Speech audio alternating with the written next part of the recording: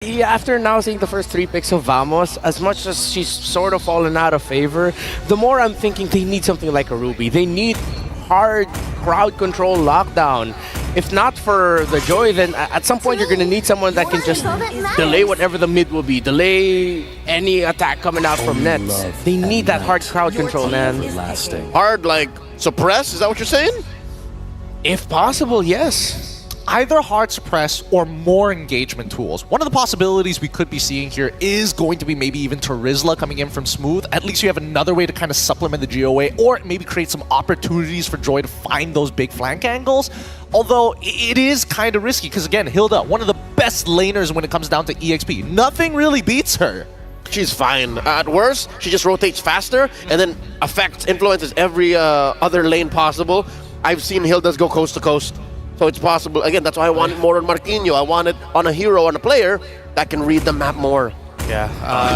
Now, the more that, especially the C, yeah, I agree that they got to put it now into the hands of Marquinhos. At least you can help match the Phobias, and then your presence will be somewhat equal. Or then, as you mentioned, pressure. The roam, though, what should be the roam? What should be the gold for Maycam? They allowed the Beatrix. Yeah. And there, yeah, it's there. Beatrix, Tigreal. Let it through. Well-rounded, I would say, but the biggest problem for Maycam is, well, it's in the first phase of the draft. Vamos can easily break the formation of the Eve.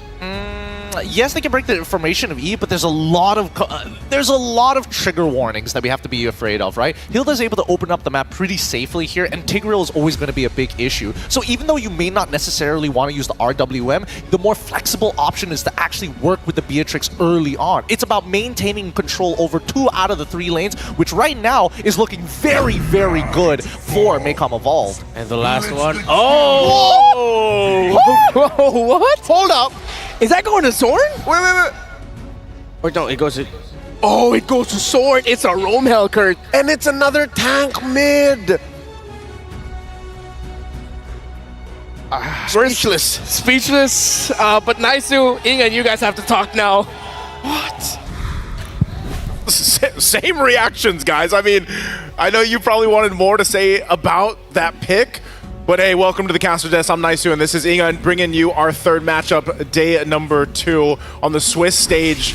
And yeah, we're going to look at this once again. Ingan, how do you feel about that? That is Warlord on the Gatakacha and Zorn on the Hellcurt. It's not a Vamos game without surprise picks, and what more than putting out the Hellcurt. And this is actually a really crucial match for both of these teams. But despite all that, despite all the pressure, Zorn will play the Hellcurt.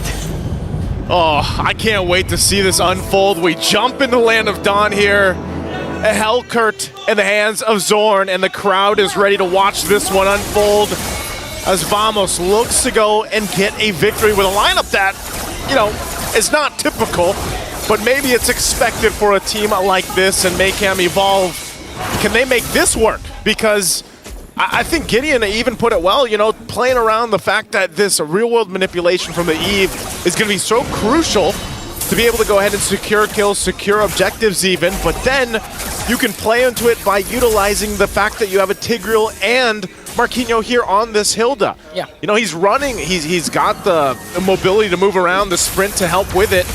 A lot of action already early on for this Lithuaner. It's going to be secured though by Team Vamos. So that's the thing, Egon. What do you think? Oh, hold on. Oh. Whoa. The problem a while ago was, how do you break the formation of Fish, and how do you break the formation of Eve? And even without, there was Soren. That's how you answer to stop the real-world manipulation. Have a Hellcurt that could go in anytime, can go for the backline, doesn't have to go for the front, especially paired up with Dark Nightfalls. They can easily really target Fish in here, but the problem is it's kind of a glass cannon lineup, because if they get beaten up during their lanes, but Soren with an aggressive play onto Marquinhos gives the first blood to Chibi, and that's what you want if you're Team Vamos, your aggression actually paying off. I love to hear it, man. The crowd, like, even when it's synced up so well with electrifying beats, the crowd cheers, and then they get that first blood, they get the kill there in the hands of Chibi nonetheless. And this is going to be, you know, he is one of the players out there. He's one of those junglers that loves to pick heroes like this, and he gets a lead, and it's going to be kind of devastating, you know, and to deal with, especially early on. They're gonna fight again. A very aggressive play once again from Team VMS, but Maycam Evolve is ready to counter-attack with the first kill onto Aurora. Make it next one is Marquino, and they're not even done as Zorn goes in with the Petrify plus the Deadly Stingers. A 3-kill play from Team VMS. Yeah, that's Zorn. You know, the guy that a lot of people love to watch, and I don't know, man. There's tons of fantastic Roam players in M6 alone. I don't know why more people don't want to play Roam. Okay, we have to count at this point how many emotes Zorn has been playing out, but Team VMS extending their aggression onto the orange buff of Maycam Evolve. Here comes the real manipulation coming in from Feshin. Smooth might be able to escape, though. Here comes Zorn once again, but Power Fielder in his form Marquino will bring him down. The counterattack from Maycam Evolve will be successful, and Team VMS, they lost Smooth, and they weren't able to get the orange buff away from Aurora. This is probably, I mean, at least today anyway. I know we're only 3 games in, but this is the most jam-packed first, 3 minutes that we've had so far. They just want to go, and they want to go fast. Yeah. For Team Vamos specifically, Zorn's going to take some damage here.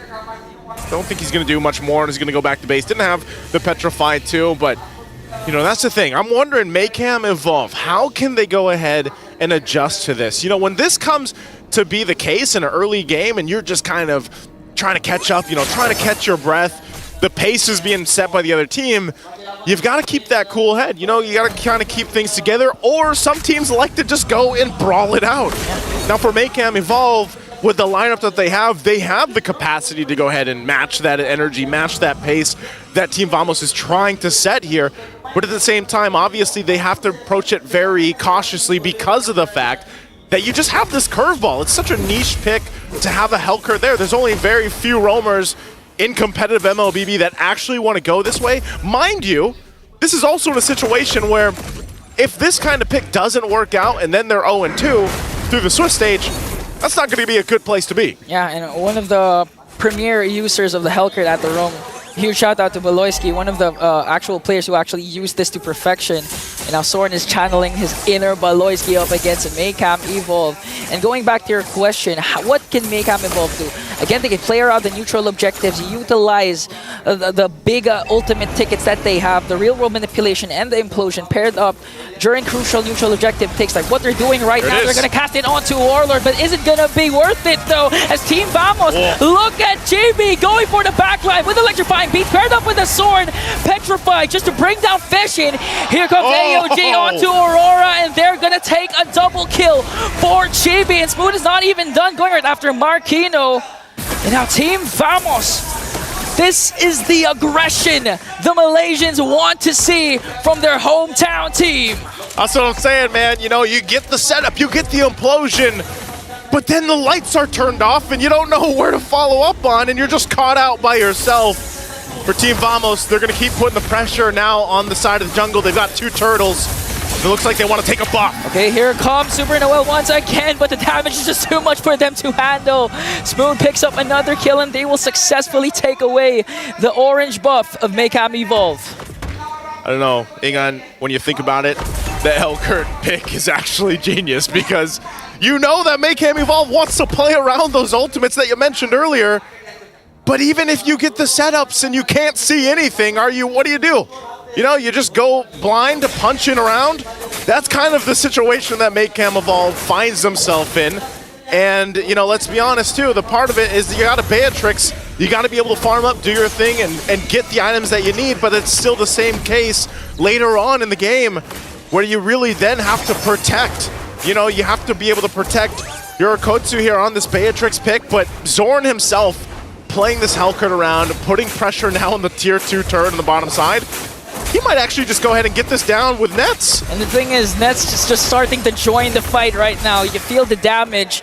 And Maycam Evolve, they're really resorting to Yorokotsu, just getting the mid lane, getting the opposite lane, just to try and catch up with the goal that Nets has established. So you know that Feshin is really biting the bullet right now for the sake of his team.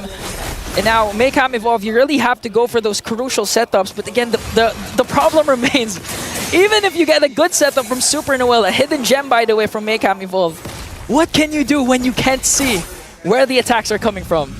I think, again, the answer here to this, because this has been a very, you know, just one-sided game for Team Vamos in the early game. Look at this. This is a 6,000 gold lead. They're most likely going to get this turtle unless Maycam Evolve wants to make a play. They're going to use a conceal. Warlord, though, gets the information. So turtle's up. I would be surprised if Maycam Evolve actually tries to contest this. With the way things are going, it's just better not to force those fights, not to force the situation where then you find yourself 10,000 gold behind before the first Lord. Wow. And so it looked like that's going to be the case. Team Vamos 3 for 3 with the turtles. They have everything they need right now. You know, the one thing too, at least in terms of gold, like, Yurikotsu's farming up. You know, he's got the Malefic Gun now, still working on the BOD, but they're just going to watch these turrets get taken down. Warlord, enough of a threat that he can just go ahead and post up in front of, you know, 3-4 guys from Maycam Evolve. And so that's the situation right now. It's really difficult for Maycam Evolve to actually find this window of opportunity. And honestly, hang on, that might just be the case. You know, they got to wait. Really, it's the waiting game for them. Yeah, and for Team Vamos, they're not just playing this at a micro level, a lot of outplays or whatever. Team Vamos is actually managing their waves really well, and they could actually do that because, again, of this Hellcurt pick. Soren has been split pushing opposite lanes wherever Maycam Evolve will go and try to push. Soren is just on the other side, trying to make them react. You know why? Why? Because Zorn is like, come and fight me. It's okay. I'll actually go ahead and fight anyone from Maycam Evolve. So even if he pushes, I would say, and just, if you guys have watched Zorn enough, you already know he's one of those players that will take that fight. And with this, he's going to get spotted out, though. Okay.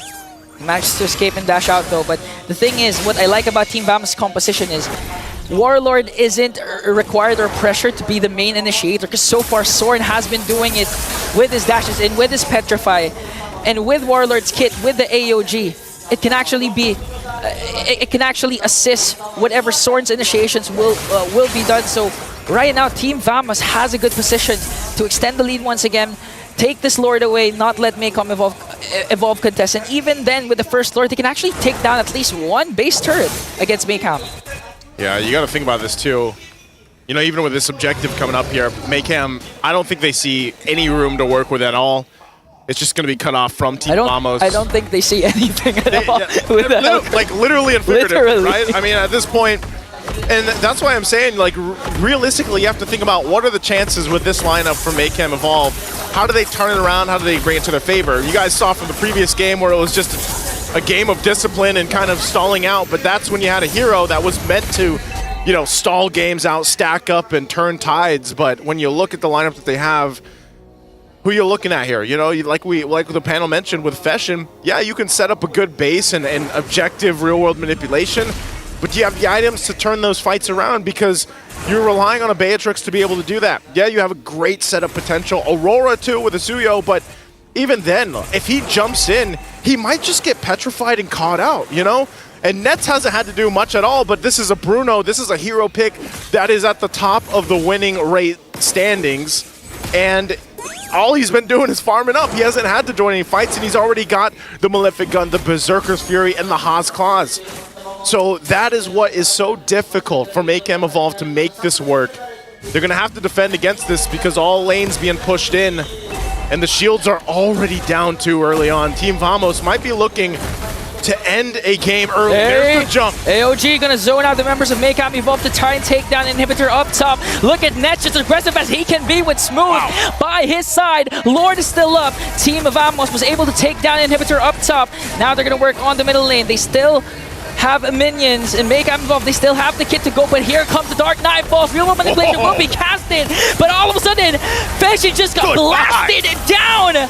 Marquino as well. Yurikotsu is left to defend for himself. He will take down Soren and Chibi, but Team Vamos moments away from taking down Maycam Evolve. Here comes Super Noel though. He's gonna use a Secret Hammer to try and delay the minion push. They lost the minions, but Team Vamos has one down bottom, and they're gonna take down Inhibitor down bottom as well. And moments away, Vamos will give Malaysia their very first win in M6. A very quick victory this time from Team Vamos. And Vamos, they said 11:39. They didn't just let up at all through this gaming on what a performance to come out and adjust. I mean, it looks like with them, it was like, hey, another day, And for them, that's a win they definitely needed. It's up there alongside with the fastest game set by Fnatic Onyx yesterday, 11-11. But for Team VMS, man, what an amazing play. Well, let's throw it to the panel to see what they have to say about this win for Team Vamos. First win for Malaysia.